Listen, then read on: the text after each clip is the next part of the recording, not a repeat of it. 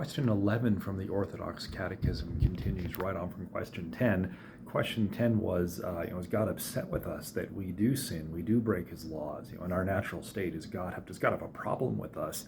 And the answer was, yeah, he does have a problem with us, and there's going to be judgment. There's going to be just judgment. So question 11 follows on the heels and says, well, wait a minute, isn't God merciful? I mean, isn't he nice? Isn't he kind? What about all the love and the heart emojis and all the good, true stuff about God, that he's forgiving and loving and kind? What about that? I mean, why can't God, doesn't he just forgive? Why does there have to be some sort of punishment exacted before forgiveness happens?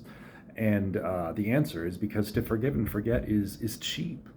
And you know that just from your own experience living as an adult in this world. If someone commits an unspeakably horrible act, and a magistrate, a judge just said, we want to be good Christian people, we want to forgive, and they just let the person go with no punishment, no nothing.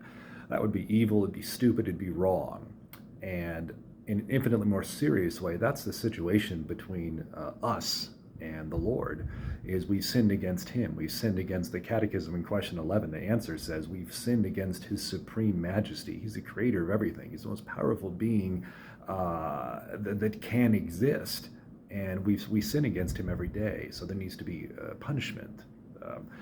And the good news is that God has provided a way for us to be reconciled to him without us having to pay this punishment ourselves. There's a legal problem between us and the Lord, and then there's a relational problem. And just like a prisoner who commits an unspeakable act out in the world has a legal situation that needs to be resolved by going to prison for an appropriate length of time, suffering an appropriate punishment. Once the legal punishment is taken care of, then the relational issue can be solved and the person can rejoin society and once again be a free and productive member of society.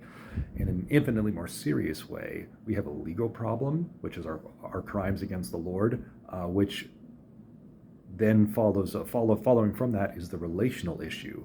Jesus takes care of the legal problem between us and the Lord by suffering for us vicariously in our place as our substitute, so that then we can now be reconciled to him if we come to him and trust in him and his good news for salvation. So yeah, God is merciful, but he's not cheap. And that's a very, very big difference. And question 12 and following will explain more about how this works so we can understand the good news even more.